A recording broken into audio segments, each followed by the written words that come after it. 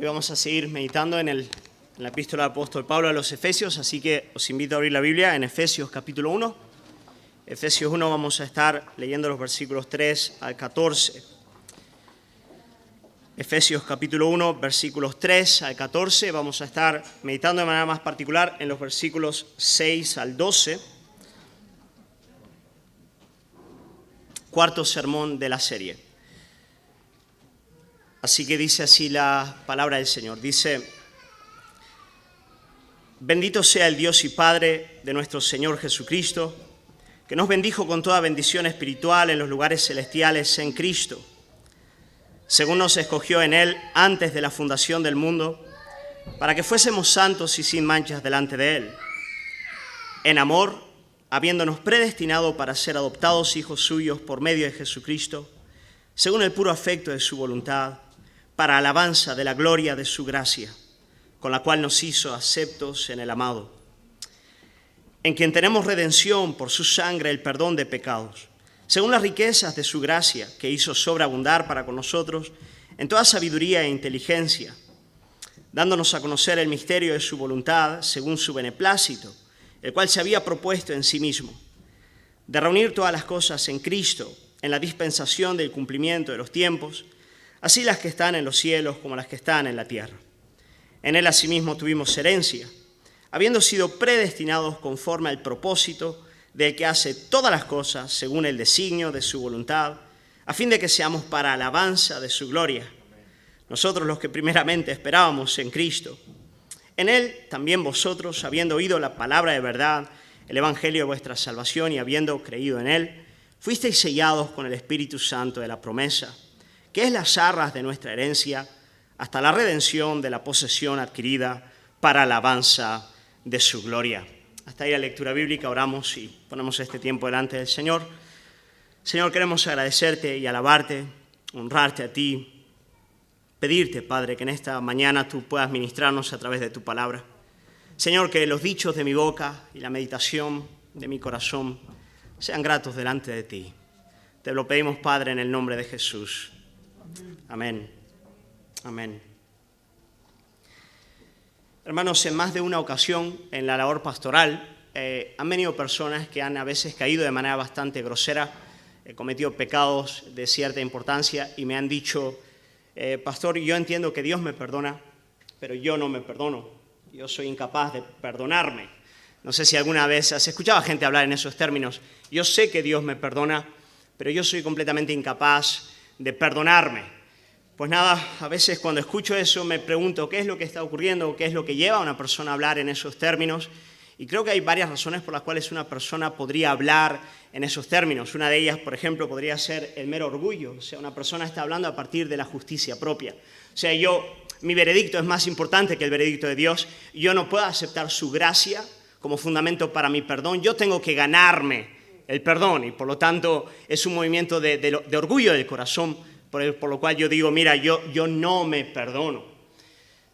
Pero también alguien puede hablar en esos términos por la mera percepción de que la justicia importa, de que la gracia, aunque es preciosa, ella cae en saco roto si la justicia no se establece, si no hay un precio a pagar. Si la justicia no cumple con sus demandas para que la gracia pueda ser extendida. ¿Se entiende lo que estoy diciendo? Hace un tiempo vi una de las pelis más increíbles que he visto en mi vida. Se llama La Misión, no sé si la habéis visto. Una peli en la que trabaja Robert De Niro. Y el personaje de Robert De Niro, él es un hombre que está en busca de riquezas en el Nuevo Mundo. Y movido por ira, él termina por matar a su hermano a causa de un conflicto pasional, en un duelo a causa de una mujer. Y a raíz de ese pecado tan grave que él cometió, él entra en un desespero absoluto. Él se siente completamente devastado, con la conciencia perturbada, porque él es incapaz de recibir perdón en la maldad que él cometió, ¿no? Y entonces un sacerdote se le acerca y él ve que este hombre está completamente desesperado. Y es interesante porque lo primero que hace el sacerdote no es exponerle la gracia de Dios y el perdón de Dios. Lo que hace él es ponerle un fardo enorme en las espaldas, le hace cargar con un montón de de hierros, y él tiene que estar cargando eso, subiendo montañas el tiempo entero, cargando eso. Y otro sacerdote que le ve agobiado bajo tanta carga, decide ir y cortar la cuerda para que esos hierros caigan y él pueda ir libre. Y cuando le corta la cuerda, este hombre se enfada, el que hace Robert De Niro, ¿no? El actor, ¿no? El personaje, no me acuerdo su nombre, pero se enfada de que le hayan cortado la cuerda, vuelve a coger todo aquello, vuelve a atarse la cuerda y sigue cargando con aquello y subiendo la montaña. ¿Por qué? Porque él todavía no estaba preparado para recibir la gracia. Hay un momento donde el alma está preparada para recibir la gracia. Hay momentos donde el alma entiende que la justicia es satisfecha y que por lo tanto la gracia tiene sentido para el corazón. Él todavía no estaba en ese punto. Por lo tanto, la gracia le parecía algo trivial, algo liviano, algo que no satisfacía las demandas de una conciencia que entendía en lo profundo que la justicia importa. Queridos hermanos, el último domingo, hablando sobre la salvación que Dios nos otorga, os dije que la fuente de nuestra salvación es la gracia de Dios. Es el Dios que viene a nuestro encuentro, amando al pecador, viene a derramar misericordia sobre el hombre cuando él está muerto en sus delitos y pecados. Pero hoy yo quiero mostraros cómo esta es una gracia que satisface plenamente las demandas de la justicia de Dios y por lo tanto las demandas más íntimas y profundas de la conciencia humana. ¿Se entiende lo que estoy diciendo, querida iglesia? ¿Sí? Yo quiero que lo veáis en el versículo 6. Qué bonito cómo el apóstol Pablo nos va a presentar la obra del Hijo, porque el Hijo es aquel que viene a satisfacer las demandas de la justicia de Dios para que la gracia pueda ser derramada abundantemente sobre nuestras vidas. El apóstol Pablo nos dice en el versículo 6, nos dice que nosotros hemos sido alcanzados por el amor divino, alcanzados con toda bendición espiritual para alabanza de la gloria de su gracia, del Padre. Para alabanza de la gloria de la gracia del Padre. Pero ahora mirad lo que dice la segunda mitad del versículo. Mirad qué interesante cómo sigue. Él dice, con la cual nos hizo aceptos en el amado. Aceptos en el amado. La gracia del Padre viene al encuentro del pecador, pero viene al encuentro del pecador para hacerle aceptable delante de él en la persona de nuestro Señor y Salvador, Jesucristo. Eso es lo que nos dice aquí el apóstol Pablo. La gracia del Señor es el favor inmerecido de Dios que se extiende para con el pecador. Pero esa gracia tiene un nombre, ese amor tiene un nombre, y ese nombre es Jesucristo, el amado del Padre, en el cual Dios nos hace aceptos delante de él. Así que yo quiero que hoy podamos meditar en la obra del Hijo. Quiero que podamos estar considerando lo que Jesús ha venido a hacer por nosotros para extendernos su salvación, para derramar gracia a nuestro favor, para que la gracia del Padre pueda ser plenamente pueda derramarse plenamente en nuestras vidas. La gracia de Dios, queridos hermanos, ella es amplia y liberal. Ella se derrama sobre el peor de los pecadores para venir a su encuentro con bendición, pero ella es exclusivista, ella solamente se encuentra en un lugar y en ningún otro lugar, y ese lugar es Jesucristo. No hay gracia de Dios aparte de Jesucristo, no hay gracia que se derrame para con el pecador, sino es en aquel en quien la justicia de Dios y las demandas de su santidad son plenamente satisfechas. Así que yo quiero que podamos ver de manera muy breve lo que Jesús ha venido a hacer en nuestro lugar para que la gracia del Padre pueda derramarse abundantemente en nuestras vidas, para que el fardo del pecado pueda ser arrancado de manera correcta de nuestras espaldas. Versículos 7 al 12 vamos a estar viendo que Jesús, Él vino a hacer tres cosas por nosotros, hermanos. En primer lugar, Él viene a darnos redención. Versículo 7, redención. Vamos a hablar un poquito de la idea de la redención, versículo 7. En segundo lugar, Jesús nos viene a dar restauración, versículos 8 al 10. Jesús viene a redimirnos, Jesús viene a restaurarnos, versículos 8 al 10. Y en tercer lugar, Jesús viene a darnos una herencia, versículos 11 al 12. Y queridos hermanos, lo de la herencia lo más probable es que lo dejemos para el domingo que viene, cuando hablemos del Espíritu Santo también, ¿vale? Que está muy conectado a la herencia que Jesús nos viene a otorgar. Así que hoy principalmente vamos a estar deteniendo los versículos 7 al 10, donde se nos dice: Jesús viene a otorgarnos redención, Jesucristo viene a otorgarnos restauración.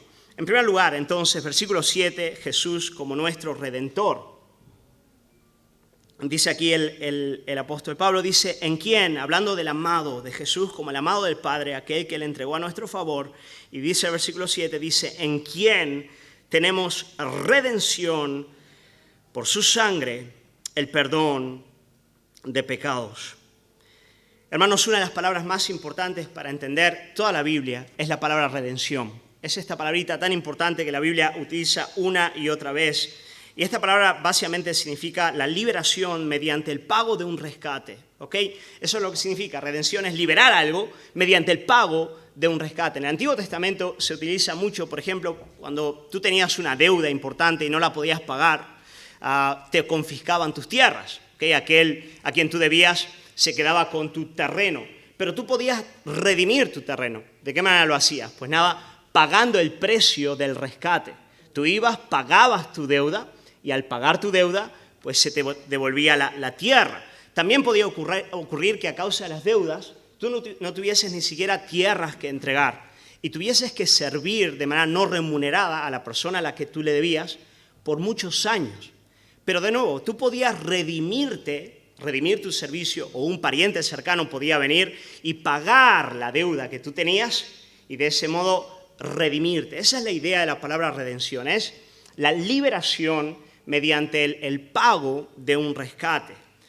Pero hermanos, esta palabrita, ella no es solamente una palabra técnica. La palabra redención es mucho más que una palabra técnica. Es una palabra mediante la cual, y ahora voy a decir algo bien grande, podríamos explicar la historia de toda la Biblia. Podríamos decir en cierto sentido que toda la Biblia es una historia de redención, es una historia del Dios que ha venido a rescatar de la esclavitud a su pueblo mediante el pago de un rescate. ¿Y qué historia os viene a la mente cuando pensáis en la redención? ¿Cuál es la principal historia donde eso? Bueno, la principal historia, evidentemente, vamos a llegar a ella, pero si pensáis en el Antiguo Testamento, desde luego vais a pensar en el pueblo de Israel cuando estaba esclavizado en Egipto, ¿no es cierto? ¿Os acordáis? Esa es la historia de la redención. Mirad lo que dice Éxodo, capítulo 6, versículos 8 al 10, donde se nos habla de la redención. Dice Éxodo 6, del 6 al 8, dice, por tanto, dirás a los hijos de Israel, yo soy Jehová, yo os sacaré de debajo de las tareas pesadas de Egipto y os libraré de su servidumbre. Ahí lo tenéis. Y os redimiré con brazo extendido, y con juicios grandes. Y os tomaré por mi pueblo y seré vuestro Dios. Y vosotros sabéis que yo soy Jehová vuestro Dios, que os sacó de debajo de las tareas pesadas de Egipto y os meteré en la tierra, por la cual alcé mi mano jurando que la daría a Abraham, a Isaac y a Jacob. Y yo os la daré por heredad, yo Jehová. Ahí lo tenéis, esa es la historia de la redención. Después de 9 plagas que expresaban los distintos juicios de Dios en Egipto, llegaría una última y gran plaga sobre la nación, una plaga que representaba la consecuencia última del pecado, la muerte de los primogénitos. Y es interesante darse cuenta de que mientras las primeras 9 plagas, ellas afectaron de manera bastante directa e inmediata a los egipcios, esta última plaga, que era la muerte de los primogénitos, se derramaría sobre todos, sobre egipcios, sobre hebreos, inclusive los primogénitos de los animales, la propia creación, terminaría por padecer esta última gran plaga que Dios traería sobre la tierra. El ángel de la muerte pasaría por todas las casas para matar a los primogénitos de cada una de las familias. Pero Dios proveyó a su pueblo de un modo de escapar de ese juicio. Ellos tenían que sacrificar un cordero de 1 año y pasar la sangre del cordero en los dinteles de las puertas de sus hogares. Las familias tenían además que cocinar a leña el cordero y comerlo dentro de sus casas y pasar en el hogar la noche. Y el texto nos dice que cuando el ángel de la muerte viese la sangre pintada en los dinteles de las puertas, él pasaría por alto esa casa sin que la condenación se derramase sobre aquel lugar. En efecto, así empezó la fiesta de la Pascua. Hermanos, Pascua significa literalmente pasar por alto, pasar por alto. El ángel de la muerte vería la sangre que estaría pintada en los dinteles y él pasaría por alto sin derramar sus juicios en ese lugar. Pero nosotros sabemos, cuando tú vas leyendo toda la Biblia, que aquella gran fiesta, ella apuntaba a una realidad mucho mayor, a un pacto mucho más profundo que Dios venía a establecer con su pueblo. Como dije el domingo pasado en el culto evangelístico, ¿os acordáis de las palabras de Juan el Bautista cuando vio a Jesús junto al Jordán? Él dijo: he aquí el Cordero de Dios que quita el pecado del mundo. Y en la última cena, cuando Jesús estaba sentado alrededor de la mesa con sus discípulos, él dijo: he aquí, esto es mi sangre del nuevo pacto, que por muchos es derramada. Hermanos, es evidente que Jesucristo es el Cordero de la Pascua, a quien apuntaba todo aquello que estaba ocurriendo en el pueblo en Egipto. ¿Es cierto? Jesucristo es aquel que viene a derramar su sangre, la sangre de un nuevo pacto, para redimirnos de todo pecado. Él viene a pagar un precio mediante el derramar de su sangre. Pero cuando yo estaba pensando, Jesús, tú vienes a pagar un precio. Pero ¿qué precio vienes a pagar? ¿De qué modo tú vienes a redimirnos? Y considerar qué interesante es esto. Muchos tienen crisis con la idea de la redención bíblica, porque ella se parece mucho a las ideas paganas de tener que apaciguar a un Dios iracundo mediante el derramamiento de sangre de un sacrificio. En efecto, muchísimas religiones de la tierra tienen un elemento de sacrificio para poder aplacar la ira de los dioses. Y en ese sentido vemos que hay una conciencia común, universal, de que para que haya perdón tiene que haber un precio a pagar, la justicia tiene que establecerse. Pero desde luego la redención en términos bíblicos, ella es mucho más excelente de todo aquello que podamos encontrar en el mundo, ¿no es cierto? Hoy también se pagan sacrificios, ¿no es verdad? Para aplacar el dios dinero, muchos pagan con el aborto, ¿no es cierto? La sangre de los hijos que es derramada para que también haya afluencia económica en la sociedad secular en la que vivimos. Es increíble. En todas partes vemos esa realidad. Pero la redención bíblica, ella es muy singular, porque en la persona de Jesús, si os dais cuenta, lo que encontramos es a Dios viniendo a pagar las demandas, a satisfacer las demandas de Dios mismo, o sea, de su propia ley, para apaciguarnos, para librarnos ¿de quién? De Dios mismo, y para llevarnos a Dios mismo. Es increíble. O sea, Dios viene a nuestro encuentro para satisfacer las demandas de su propia ley a nuestro favor, para librarnos de Él como un Dios de ira y para llevarnos hacia Él como un Dios de gracia. Hermanos, eso es lo que hace de la redención bíblica y del cristianismo algo absolutamente singular. Y es que es Dios mismo el que viene a nuestro encuentro para librarnos de Él mismo y para llevarnos a Él mismo en la persona de nuestro Señor y Salvador Jesucristo. Hermanos, eso me parece algo tan extraordinario. Jesucristo, mediante su sangre, viene a satisfacer las demandas de la ira de Dios, sus justos juicios contra el pecado, y para poder llevarnos al Padre, ahora no como un Dios de ira, sino como un Dios de gracia. 1 Juan capítulo 4, versículo 10 dice... Mira qué bonito lo que dice: en esto consiste el amor, no en que nosotros hayamos amado a Dios, sino en que Él nos amó a nosotros y envió a su Hijo en propiciación por nuestros pecados. Otra palabra importante aquí, propiciar, es aplacar la ira. En esto consiste el amor del Padre, en esto consiste su amor, en esto se expresa y se da a conocer su amor. No en que nosotros le hayamos amado a Él, es gracia, no es por obras. Es gracia, no en que nosotros le hayamos amado a Él, sino en que Él entregó a su Hijo. ¿Para qué? Para que su Hijo pudiese propiciar. Propiciar es aplacar la ira, pagar el precio de nuestros pecados, aplacar la ira del Padre en contra de nosotros. En eso se expresa la gloria y la belleza del amor de Dios. Hermanos, Jesucristo vino a redimirnos, a limpiarnos de todo pecado, a cumplir toda justicia a nuestro favor, para que ahora el perdón que el Padre nos ofrece no sea una gracia barata, no sea un perdón de balde, no sea un perdón que pasa por alto la justicia sin cumplirla. Es un perdón pleno, perfecto, porque se establece en el cumplimiento cabal y completo de la justicia de Dios. Amén, bendito sea su nombre. Hermanos, la obra de Jesús como redención, ella viene a hacernos libres. Lo vemos en el pueblo de Israel en Egipto, como mediante la sangre del Cordero ellos fueron liberados de la esclavitud. Y también nosotros, mediante la sangre que Jesús derramó en el Calvario a nuestro favor, también venimos viene a darnos esa libertad. ¿Y de qué nos hace libres la obra de Cristo? La sangre derramada en la cruz. ¿De qué nos hace libres? Pues en primer lugar, ella nos hace libres de la condenación. Ella nos hace libres de la condenación, de la culpa. Eso es bien importante. De la culpa que la propia ley de Dios vino a poner sobre nosotros. Aquel fardo que la ley divina vino a poner sobre nosotros, Jesucristo viene a librarnos de esa realidad.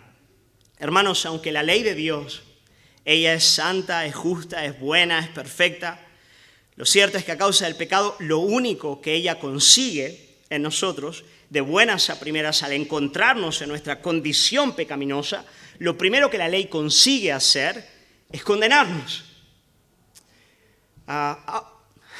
Eso ocurre aún a los creyentes. Ayer el Señor puso delante de nosotros el diseño divino del matrimonio. ¿Qué es ser hombre? ¿Qué es ser mujer? Nosotros estábamos absolutamente maravillados delante de la pintura hermosa que Pastor Israel puso delante de nosotros. Pero ¿qué fue lo primero que sentiste en tu corazón? Ayer estaba sentado con un matrimonio, no voy a decir quiénes son, pero me dijeron, pastor, hoy me he dado cuenta de que somos el peor marido y la peor mujer. Eso es lo primero que sientes. Eso es lo primero que la ley opera en el hombre, pero no porque la ley sea mala. No porque la ley venga a fastidiarnos la vida. No, porque la ley lo que hace es poner en evidencia la belleza de la santidad de Dios, la belleza de sus propósitos para con nuestras vidas, la hermosura de su carácter santo. Pero a causa de nuestra rebelión, a causa de nuestra suciedad, ella viene como un espejo que nos deja ver lo que no somos, lo que deberíamos ser y lo que no somos. Pero hermano, como creyente te estoy hablando, como alguien que ha puesto su fe en la sangre que Jesús derramó en la cruz. ¿Qué puedes hacer cuando sientes ese primer movimiento de falta en tu vida? ¿Qué haces con eso? ¿Qué haces con eso? Hay varias cosas que podrías hacer y que estarían francamente mal. Por ejemplo, lo primero que podrías hacer es rebajar las demandas de la ley para hacerlas accesibles, ¿no es verdad? Ese es el principio farisaico. Los fariseos no tenían una alta estima de la ley. No. Los fariseos reducían la ley para acomodarla a sus capacidades. Le quitaban el espíritu de la ley, se quedaban con el cascarón y decían, mira, el cascarón lo puedo hacer. Tal vez el amor y la humildad están fuera de mi alcance, pero puedo por lo menos seguir los ritos y mandamientos. Y me siento bastante cómodo con eso. Entonces algunos lo que hacen es rebajar las demandas de la ley para sentirse buenos religiosos. Bueno, ese es el moralismo, fariseísmo. Te animo a no ir por ahí. Otra cosa que puedes hacer es relajarte en la realidad de tu pecado, cauterizar tu conciencia, decir, mira, la ley dice eso, pero vamos a ver, Dios es un Dios de gracia, su ley no importa tanto y por lo tanto, hombre, está bien, no me voy a sentir mal con mi pecado, eso es libertinaje y muchos avanzan por ahí también y es un mal camino. Pero hermanos, me temo que un creyente sincero, alguien que ama al Señor y de verdad ama la ley, tiene un tercer peligro que voy a citar y creo que es en el que la mayoría de los aquí presentes podríamos caer y yo mismo me encajo en esta realidad. Es peligroso que de cara a la ley nosotros empecemos a vivir la vida cristiana cabizbajos, sintiendo que nunca damos la talla, queriendo el tiempo entero alcanzar y sintiéndonos el tiempo entero mal, porque nunca somos aquello que Dios demanda de nosotros. Pero yo quiero decirte algo, ninguno de estos caminos es el camino que Jesús demanda para su pueblo. Mira lo que dice Gálatas, capítulo 3, versículos 10 al 14. Mira qué interesante, Gálatas 3, 10 al 14. Dice lo siguiente: porque todos los que dependen de las obras de la ley, para justificarse delante de Dios, están bajo maldición. Pues escrito está: maldito todo aquel que no permaneciere en todas las cosas escritas en el libro de la ley para hacerlas. Este es un imperativo absoluto. Maldito el que no cumpliere todo lo que Dios demanda de él. Por lo tanto, aquel que depende de la ley para alcanzar el favor divino se encuentra invariablemente bajo la maldición de Dios. Y que por la ley ninguno se justifica para con Dios es evidente, porque el justo por la fe vivirá. Y la ley no es de fe, sino que dice: el que hiciera estas cosas vivirá por ellas. Y ahora versículo 13, mirad lo que dice aquí el apóstol Pablo: Cristo nos redimió de la maldición de la ley. Amén. Cristo nos redimió, Él nos rescató de la esclavitud de la ley, de la condenación de la ley. Cristo nos redimió de la maldición de la ley, hecho por nosotros maldición, porque está escrito: maldito todo el que es colgado en un madero. Jesús fue hecho maldito, Él llevó sobre sí la condenación de la ley. ¿Para qué? ¿Para qué? ¿Para qué? Para que en Cristo Jesús la bendición de Abraham alcanzase a los gentiles, a fin de que por la fe recibiésemos la promesa del Espíritu Santo. Vamos a hablar de eso un poquito más adelante. Así que, querido hermano, lo primero que tú tienes que entender una y otra vez es que Jesucristo nos redimió de la maldición dictaminada sobre nosotros por la ley de Dios, de la condenación que la ley traía sobre nosotros a causa de su obra en la cruz, de su perfecta justicia. Queridos, voy a decir algo que sabéis, pero qué importante es escucharlo una y otra vez. Ya no hay condenación alguna para aquellos que están en Cristo Jesús, Señor nuestro. No hay condenación para aquel cuyas puertas está la sangre del Cordero Jesús. Queridos hermanos, ese es un imperativo y honra a Cristo el que uno pueda decir: amén, Señor. No hay condenación. Señor, tu ley me muestra el tiempo entero aquello que no soy. Yo no soy esa esposa, Señor. Yo todavía no soy ese esposo. Y cuando veo el cuadro, Señor, lo primero que mi corazón siente es dolor porque no llego ahí. Amén. Pero no voy a desesperar. No voy a desesperar. No voy a caer en autoconmiseración. Me daré un chapuzón en la sangre del Cordero Jesús. Me bañaré en las fuentes de aguas que salen del costado de Emanuel. Voy a decir: Señor, tú eres mi justicia, tú eres mi perdón, tú eres, Señor, mi esperanza. Amén. Hermano, eso es lo primero que tenemos que hacer: acudir a Jesús con nuestros pecados, lavarnos con su sangre. De todos modos, ¿os acordáis de la imagen de Robert De Niro, no es cierto? Con el fardo. A veces el Señor te va a dejar con el fardo por un buen tiempo. A veces tú dices: pastor, pues yo escucho lo que usted dice, no hay condenación, la sangre de Cristo me limpia de todo pecado, pero yo voy con un fardo. Bueno, a veces el Señor te va a dejar con ese fardo hasta que la realidad del pecado sea percibida en tu alma de manera íntima y profunda. Y entonces Él lo quite y te lleve a Cristo y puedas experimentar de manera más profunda su gracia y su perdón. Amén. Ahora, hermano, ¿cómo está tu conciencia? Tú conoces el perdón de Cristo. Tú conoces la libertad que Él te viene a dar a ese nivel de la conciencia. Si no es así, yo quiero animarte a correr a Jesús. Quiero animarte a ir a Él, a decir: Señor, yo necesito experimentar tu gracia y tu perdón. Jesucristo, mediante la redención, Él viene en primer lugar a librarnos de la esclavitud de la ley, de la condenación de la ley. En segundo lugar, hermanos, Jesús nos libra de la condenación de la ley, pero Jesús también nos libra de la esclavitud al pecado, de ser esclavos del pecado. Y eso es lo segundo que el Señor hace. Queridos hermanos, Jesucristo, creo que ayer el pastor Israel habló un poquito de eso, ¿no es verdad? La gracia del Señor, ella viene a perdonarnos. Creo que él habló en estos términos, ¿no es cierto? Viene a perdonarnos, pero también viene a empoderarnos para vivir en santidad. Viene a darnos capacidad para poder crecer en una vida santa. La gracia irrumpe en nuestras vidas para cambiar nuestros corazones, inclinarnos a la obediencia, de modo que, y ahora mirad qué interesante es esto, para aquel que entiende a Cristo y que entiende la gracia de Dios, la ley del Padre, y de eso nos hablaba Joan al principio del culto, la ley de Dios deja de ser las demandas de un capataz que está enfadado y el tiempo entero demanda de ti lo que tienes que hacer para estar contento con tu trabajo. Deja de ser eso para ser la carta de amor de un padre que te está diciendo, hijo, esto es lo que yo quiero para ti y todos mis recursos están a tu favor para que lo alcances.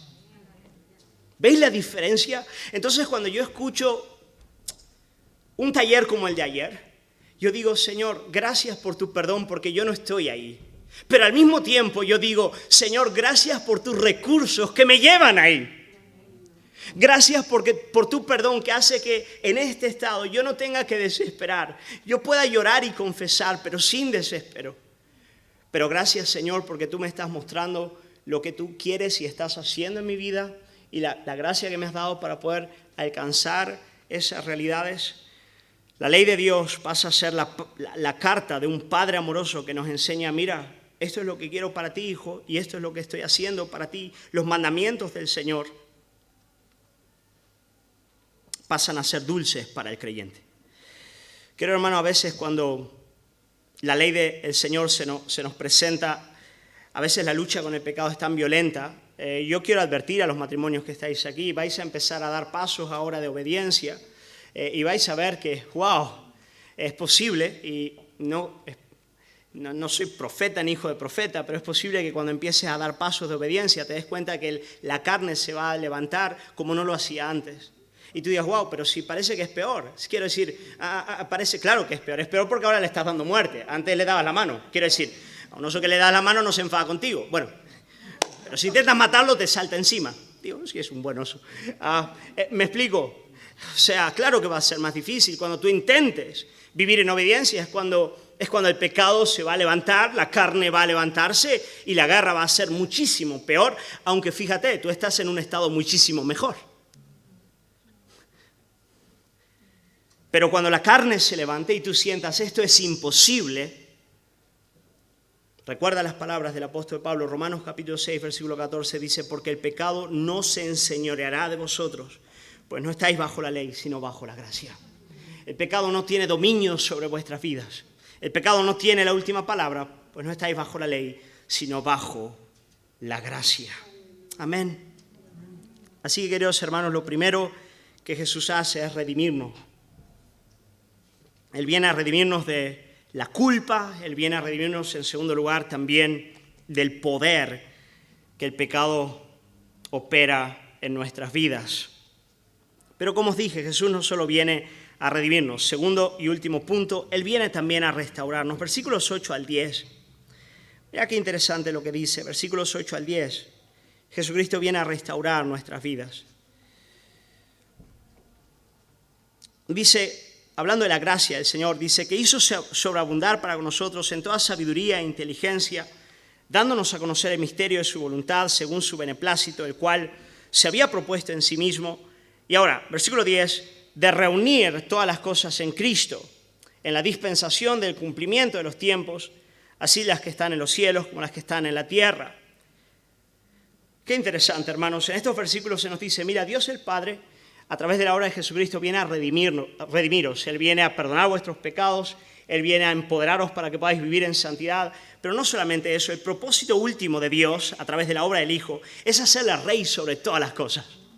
Llega el día donde Él va a reunir, y ahí la palabra reunir es restaurar, todo lo que se había roto.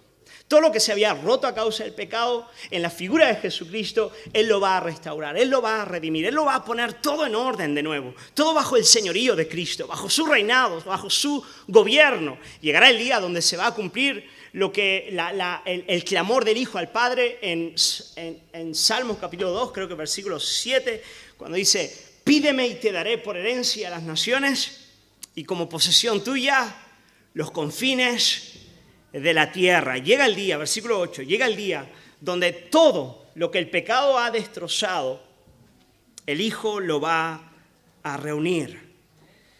Ahora, bien interesante, Hermanos, es tan interesante pensar que el pecado lo rompe todo, lo destruye todo. En primer lugar, el pecado, él rompe nuestra relación con Dios, rompe nuestra relación con nosotros mismos, rompe la relación con nuestro prójimo, rompe los matrimonios, rompe la relación de padres e hijos, rompe nuestra comunión con la propia naturaleza y el cuerpo, en la expresión de la muerte, cuando el alma sale del cuerpo. Todo se desintegra a causa del pecado. El pecado va desintegrando y rompiendo todas las cosas. Pero en estos versículos que son de compleja interpretación, además de ver al Cristo que un día, en la dispensación del cumplimiento de los tiempos, va a reinar sobre todas las cosas, aprendemos también que Jesús viene a restaurar y a reunir todo en nuestras vidas. Él viene a reunir y a restaurar todo lo que el pecado ha dañado. Eso es lo que vamos a ver en el transcurso de toda la epístola de Efesios. En Efesios vamos a ver que Jesús viene a restaurar la unidad de la iglesia. Efesios capítulo 4, versículo 1 al 32. Gentiles y judíos iban a ser parte de una misma iglesia, unidos en ese lugar. Jesús viene a restaurar nuestras vidas, de manera particular, nuestros corazones en santidad. Capítulo 5. Él restaura nuestros matrimonios, 5, 21 al 33. Él restaura la relación de los padres con los hijos, capítulo 6, versículos 1 al 4. Él restaura la relación de amos y siervos, capítulo 6, versículos 5 al 9. Hermanos, todo eso es lo que Jesús hace. Él viene a restaurar todo lo que el pecado ha dañado. Tal vez tú viniste esta mañana a este lugar y dices, a veces tengo la sensación de que mi vida son un montón de pedazos rotos. Un montón de pedazos rotos, o sea, relaciones rotas. Yo estoy roto dentro, mis afectos están rotos, mi matrimonio está roto. Completamente roto, mi relación con mis hijos está rota. O sea, yo tengo la sensación de que todos son pedazos sueltos y rotos en mi vida.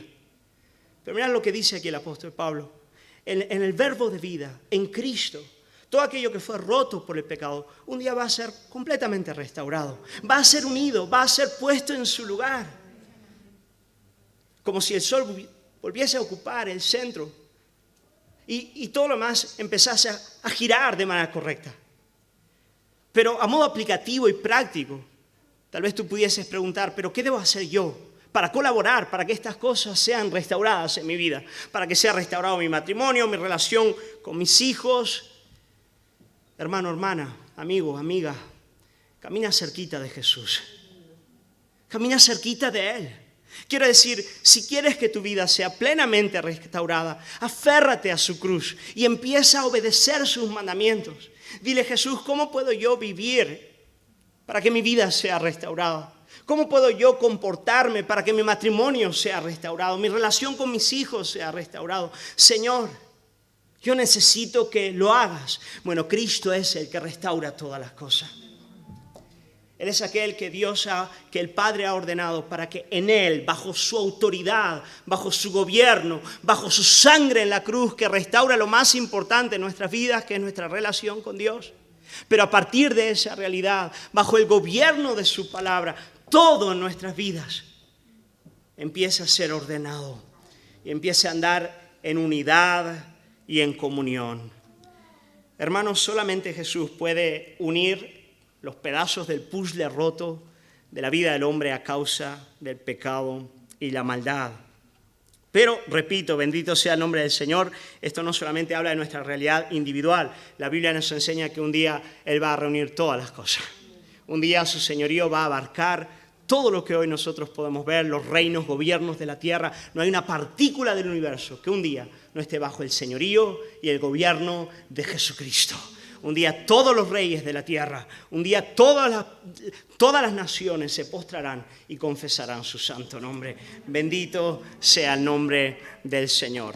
Así que hoy, hermanos, hemos aprendido que Jesucristo viene a darnos redención de la culpa del pecado. Él viene a redimirnos del poder del pecado, pero Él también viene a restaurar nuestras vidas. Así que, ¿qué os parece si terminamos mirándole a Él y diciéndole, Señor, queremos acudir hoy a ti?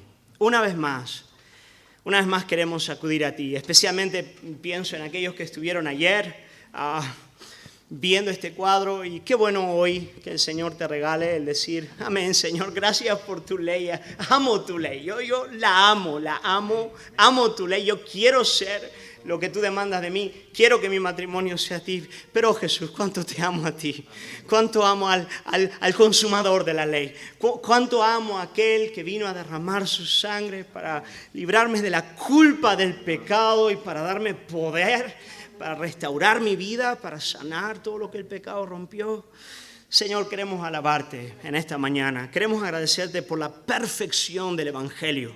Señor, queremos agradecerte por la perfección de la ley.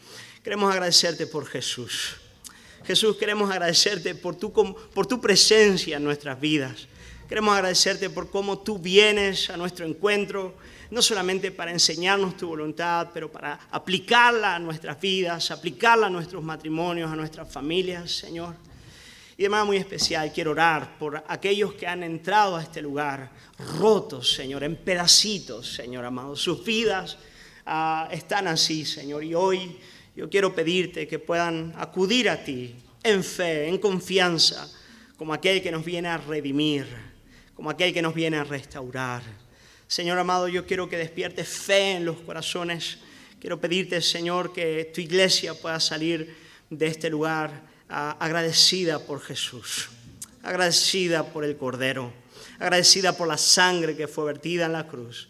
Señor, que podamos salir renovados y confiados en ti. Y sabemos, Padre, que mañana, hoy, estaremos en el campo de batalla, luchando contra la carne. Señor, esforzándonos por obedecer tus mandamientos, Señor.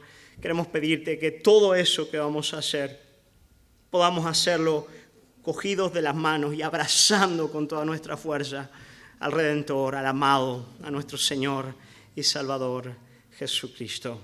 Eso es lo que te pedimos, Padre, en el nombre de Jesús. Amén. Amén.